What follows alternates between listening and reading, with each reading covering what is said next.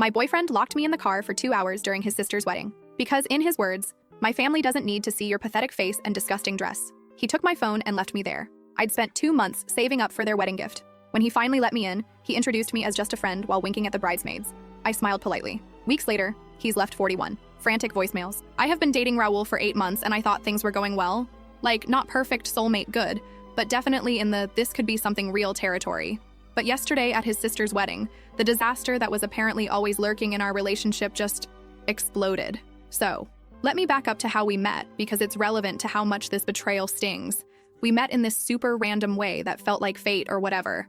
I was at this art exhibition during their annual night viewing party. The event was crazy packed because some company, where Raul works, was sponsoring it, and they were premiering this new projection tech. In the middle of the show, the power went out because of this massive thunderstorm. Total darkness except for people's phone flashlights. I was trying to find my way to the exit when someone crashed into me. That someone was Raul. He apologized by helping me find the bathroom where I needed to fix my contact lens that got knocked loose. We ended up talking for hours in the exhibition cafe after the power came back on. He told me that seeing my face illuminated by the emergency lights was the most beautiful thing he'd ever seen. Like, who says that?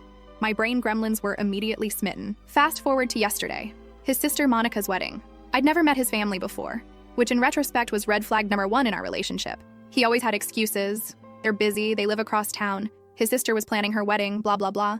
But finally, I was going to meet them at this wedding. I spent weeks finding the perfect dress. Nothing too fancy that would upstage the bride, obvs, but still nice enough to make a good first impression. I settled on this dusty rose midi dress with little silver flowers embroidered on it. Seemed fitting given our meet cute. I did my makeup carefully, put on the silver necklace Raul gave me for our 6-month anniversary. And the wedding gift? OMG. Monica and her fiancé Stanley are huge anime fans and had mentioned wanting to honeymoon in Japan someday. I literally saved for 2 months to contribute to their trip fund. I put together $1,500 in Japanese yen, plus a certificate for this traditional tea ceremony experience in Kyoto, all in this beautiful wooden box hand-painted with cherry blossoms. Raul had mentioned it was too much, but I wanted his family to like me. So wedding day arrives. Raul picks me up in his car. He seems tense, but I figure wedding day stress, whatever. As we're driving to the venue, this pretty garden place about an hour outside the city, he starts making these weird comments about my dress. Is that what you're wearing? Don't you think it's a bit much? My family is kind of traditional. I'm getting nervous at this point, but I spent weeks on this outfit and honestly, I looked good. The ceremony was supposed to start at 3 p.m., and we got there around 2:30. Raul parks in this back lot behind some trees. Then he hits me with it. I need you to wait in the car. What? I laugh because surely he's joking. He is not joking. His face gets all tight and he says his family is particular and he needs to prepare them before introducing me. I'm confused because, like, they know I exist, right? We've been dating 8 months. I start asking questions and he just explodes. Says, and I quote, "My family doesn't need to see your pathetic face and disgusting dress. Just wait here." I'm literally in shock. Before I can even process what's happening, he grabs my purse, takes my phone out of it, and gets out of the car. I try to open my door, but he's locked it from the outside with his key fob. I'm literally trapped. Through the windshield, I watch him walk away with my phone in his hand and the gift I spent 2 months saving for. I'm sitting there in complete disbelief. Did my boyfriend just lock me in a car and steal my phone? Is this actually happening? The car gets hot, then hotter. It's June. I try the doors again. Nothing. I try honking the horn, but we're parked so far away from the venue that no one hears. Or if they do, no one comes. 2 hours. 2 hours. I sat in that car. The ceremony came and went. I cried my makeup off. I contemplated breaking a window, but the car is literally the only thing of value Raul owns, and my brain kept saying, don't overreact. There must be an explanation. Looking back, I should have shattered that window into pieces. Finally, he comes back. Acts like nothing happened. Just unlocks the car, opens my door, and says, "They're ready to meet you now." I am speechless. My makeup is ruined. I'm sweaty. My hair is a mess, and I'm pretty sure my disgusting dress is wrinkled beyond repair. But I'm also in shock, so I just get out of the car, ask for my phone back. He says he'll give it to me later. At this point, I'm thinking there must be some massive misunderstanding. Maybe his family really is super traditional and he panicked. Maybe he's ashamed of something I don't know about. I'm literally creating 1,000 excuses for him in my head while following him to the reception. We walk into this beautiful tent with twinkling lights. Monica looks gorgeous in her wedding dress. Raul leads me toward her and Stanley, and I put on my best smile despite feeling like actual human garbage. And then, the ultimate betrayal. "Hey sis, this is Nadia. She's, just a friend from work." Just a friend. 8 months. That romantic meet cute. silver necklace that I was wearing, 31 sleepovers at my apartment, Christmas with my parents. All of it reduced to just a friend. And then, he winks at the bridesmaid standing next to Monica, who giggles and winks back.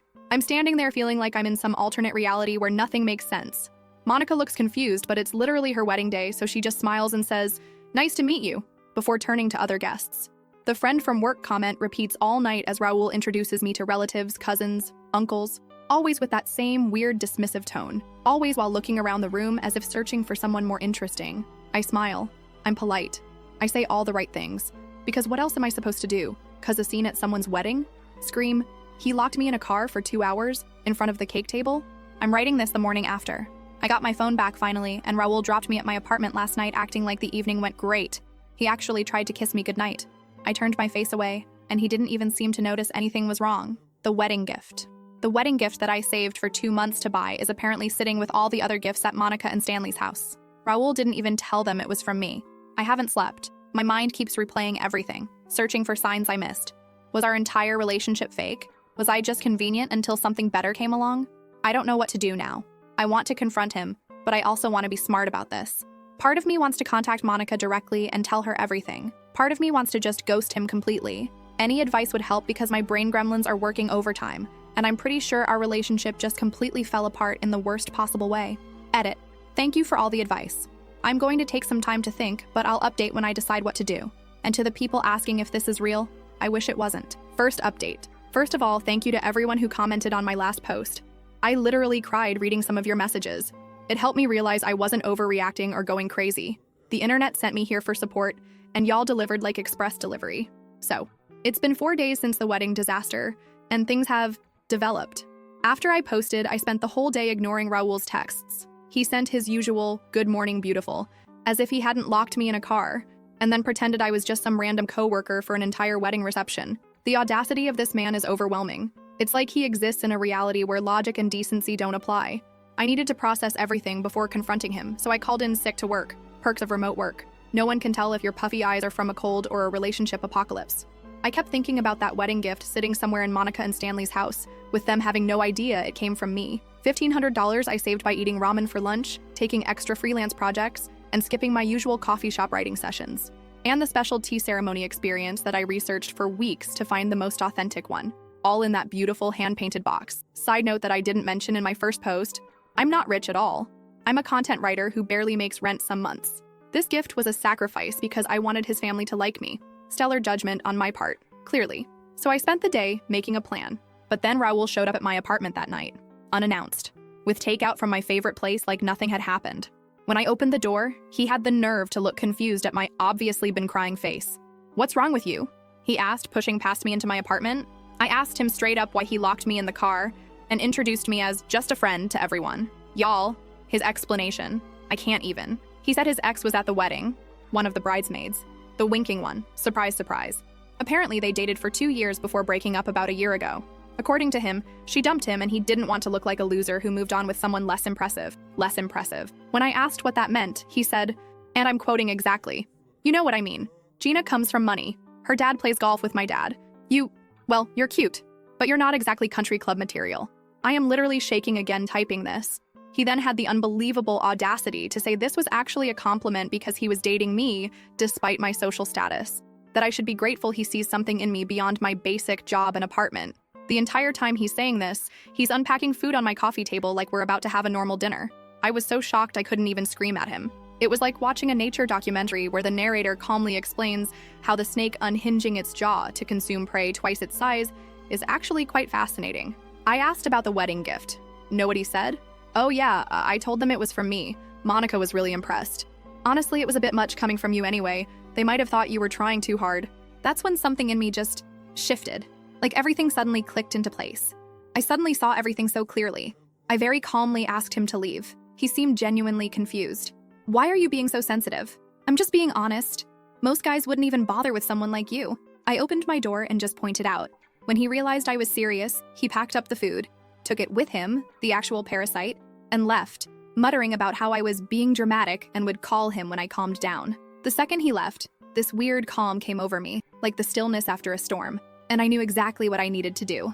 I spent the next day researching, Found Monica on social media. Discovered she and Stanley would be in town for another week before leaving for a mini honeymoon weekend. Their big trip is planned for later. I also found out where Raul's parents live. He'd mentioned the neighborhood before. More importantly, I discovered that Monica had posted about a family dinner happening tomorrow night to thank everyone for coming to the wedding. Perfect timing for my revenge plan.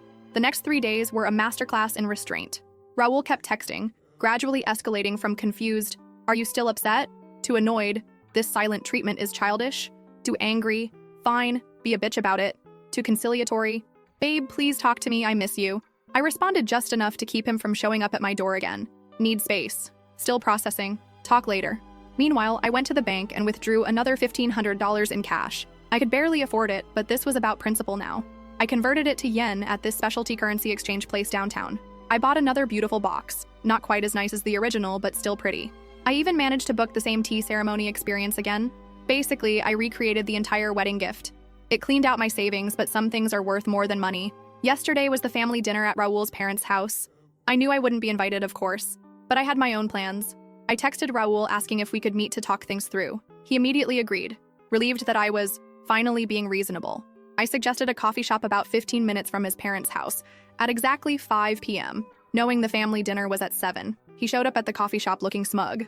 I was already there, sitting at a table with 2 coffees and the recreated gift box beside me. The conversation was brief. I asked if he understood why his actions at the wedding hurt me.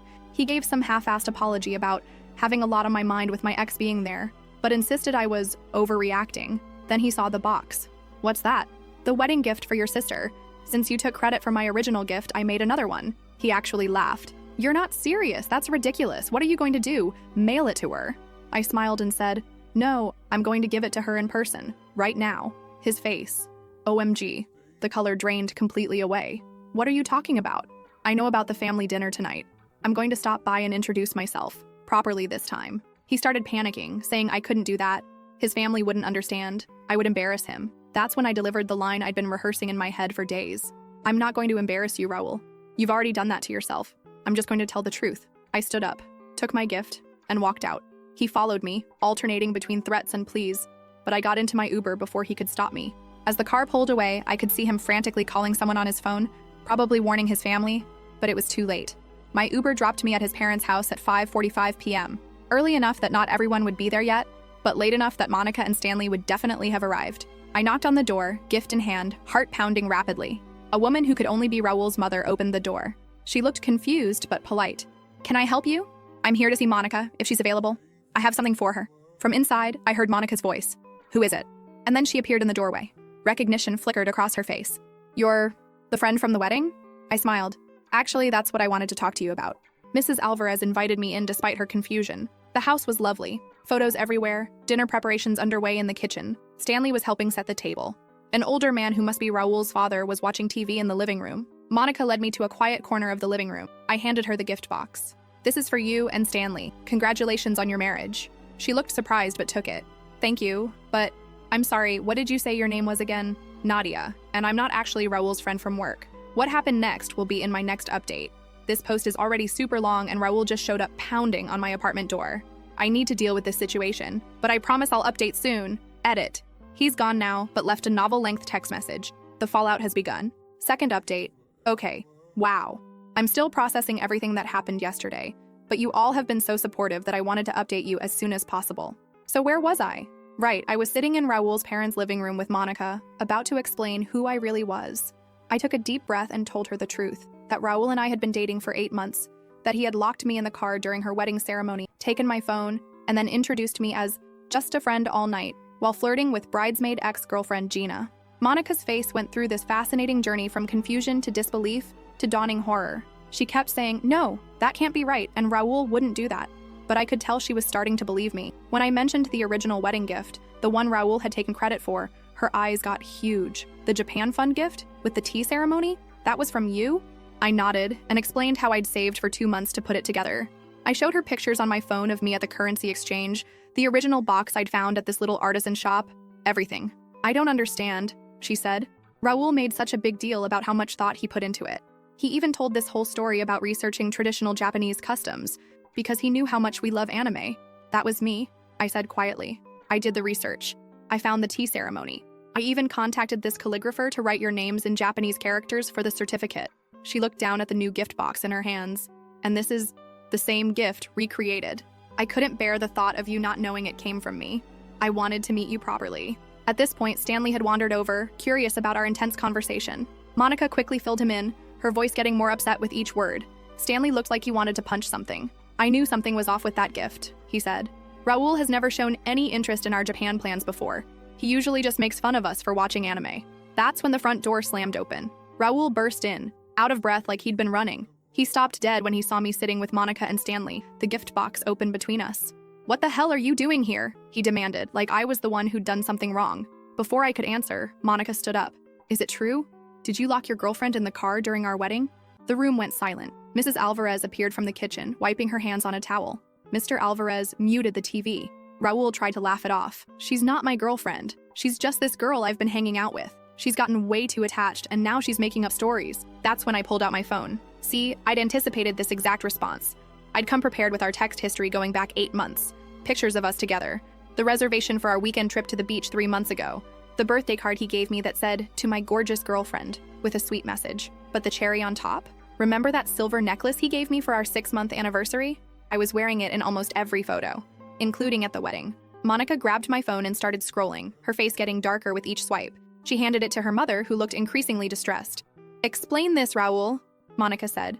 And then the lies began. He tried everything. Those texts could be with anyone. She changed the contact name. "Those photos don't prove anything. We were just hanging out." "Okay, fine, we hooked up a few times, but she's crazy and clingy." With each lie, his family's faces grew more disgusted. Mrs. Alvarez actually covered her mouth when he called me crazy. Monica cut him off mid-excuse. "What about the gift? The Japan fund and tea ceremony?" He faltered. "What about it? Was it from you or from her?" He looked at the open gift box, then at me, then back at his sister. I could practically see the calculations happening behind his eyes. We got it together. It was my idea, but she helped." Stanley scoffed audibly. "Dude, just stop lying." That's when Mr. Alvarez finally spoke up. "Raul, did you lock this young woman in your car during your sister's wedding?" The way he asked it, so direct, so simple, seemed to pierce through all of Raul's defenses. Raul's shoulders slumped. "It wasn't like that. Gina was there and I didn't want..." He trailed off, realizing how terrible any explanation would sound. The silence in that room was absolute, complete. Mrs. Alvarez was the one who broke it. She walked over to me, took my hands in hers, and apologized. Apologized for her son's behavior. I started crying, which made her cry, which made Monica tear up too. Mr. Alvarez said something to Raul in Spanish. I couldn't understand the words, but the tone was unmistakable. Deep disappointment and disgust. Raul's reaction was to get defensive, his voice rising as he pointed at me like I was somehow the villain in all this. Mr. Alvarez just stood up and told him quietly but firmly that he needed to leave. Not tonight. Not in his house. Raul looked genuinely shocked, asking if they were kicking him out because of me. Monica stepped between them and clarified it wasn't because of me, but because of what he had done. There was this intense family standoff that made me feel like I should probably leave. But when I started to gather my things, Mrs. Alvarez gently touched my arm. "Please stay for dinner," she said. "We would like to get to know the real you." Y'all, I stayed for dinner. With Raul's family, without Raul. It was awkward at first, but also kind of amazing. Monica and Stanley are genuinely lovely people. They were so excited about the tea ceremony experience and kept asking me questions about how I found it. Mr. and Mrs. Alvarez were warm and welcoming once the initial shock wore off. Raul texted me non-stop throughout dinner. I turned my phone off. After dinner, as I was getting ready to leave, Monica hugged me and thanked me for having the courage to come forward. She said she'd been noticing changes in Raul over the past year, more secretive, more arrogant, but hadn't wanted to believe her brother could be so cruel. I got home around 10 p.m. to find 27 missed calls and 41 text messages from Raul. The texts started angry. "How dare you go to my family?" Then panicky. "What did you tell them?" Then pleading, "Please call me back, this is a misunderstanding." And finally defeated. "They won't let me come home." This morning, I woke up to a voicemail from an unknown number. It was Gina, the bridesmaid ex-girlfriend. Apparently, Raul had tried to stay at her place last night, and she turned him away. She apologized for her part in the wedding situation. She had no idea he had a girlfriend and felt horrible about the winking, flirting. According to her, Raul showed up at the train station after she refused to let him stay. He's been sending her dramatic selfies from the station bench all night. I'm not responding to anyone right now. I need to process all of this. Monica has invited me for coffee next week. She says she wants to properly thank me for the gift and to compare notes about her brother. I think I'll go. As for Raul, karma has arrived at the station. Literally. I'll update one last time after things settle down a bit. Edit. OMG, stop asking me for Raul's station selfies. I don't have them. Gina just mentioned them in her voicemail. And no, I haven't responded to any of his messages yet. Final update. It's been 2 weeks since my last update, and the dust from the relationship explosion is finally starting to settle. So, those 41 voicemails I mentioned, I finally listened to all of them, and wow, just wow. They're like a masterclass in manipulation. Voicemail 1 to 5, pure rage. Calling me every name in the book, saying I've ruined his life, threatening to make me pay.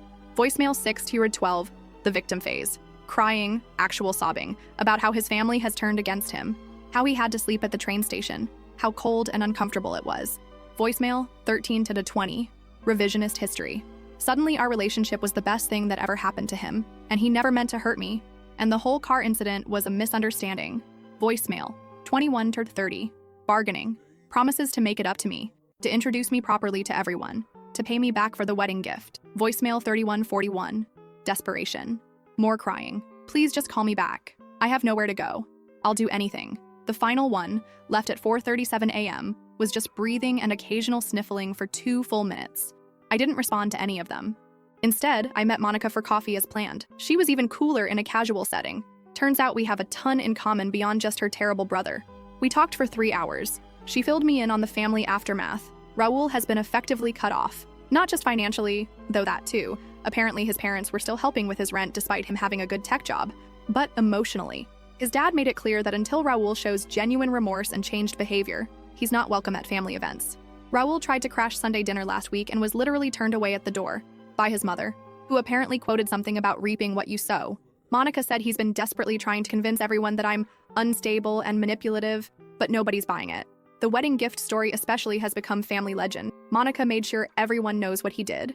According to her, Raul has always been the golden child who could do no wrong. My visit was apparently the first time his parents had ever seen incontrovertible evidence of his true character. The realization has been devastating for them. Gina, bridesmaid X, and I have actually been texting a bit. Turns out Raul was feeding her a completely different story during the wedding, told her I was his clingy coworker who had boundary issues and had invited myself to the wedding. She feels terrible about the whole thing. As for me, I'm doing okay. Better than okay, actually. There have been moments of doubt and sadness. 8 months is still 8 months, even if it was with someone who turned out to be a wolf in sheep's clothing. But mostly I feel free, like I narrowly escaped a relationship that would have slowly crushed me. Yesterday, I got a package in the mail.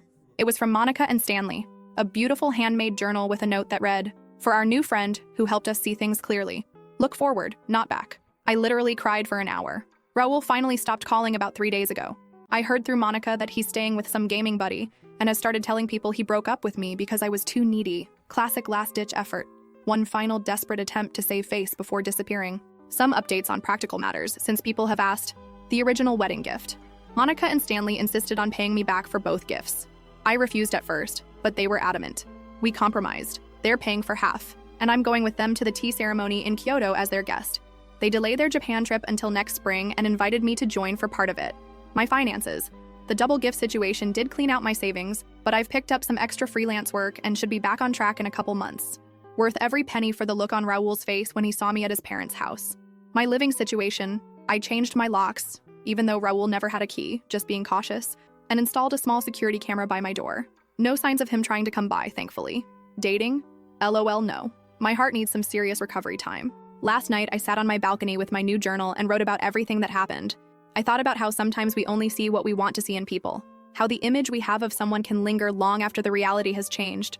Relationships can be like that too, I think. Sometimes we're holding on to an idea of something that's already gone. We just don't know it yet. I'm not rushing toward any of them just yet. For now, I'm content to focus on myself and appreciate what I have, to feel stronger and more aware, to know that even when things feel overwhelming, there's always a way forward. Edit. This really is my final update on this situation. Many of you have asked if I've heard anything more from Raul. Nothing significant, just some random thinking of you text that I've ignored. The distance between us is finally peaceful, and I'm keeping it that way.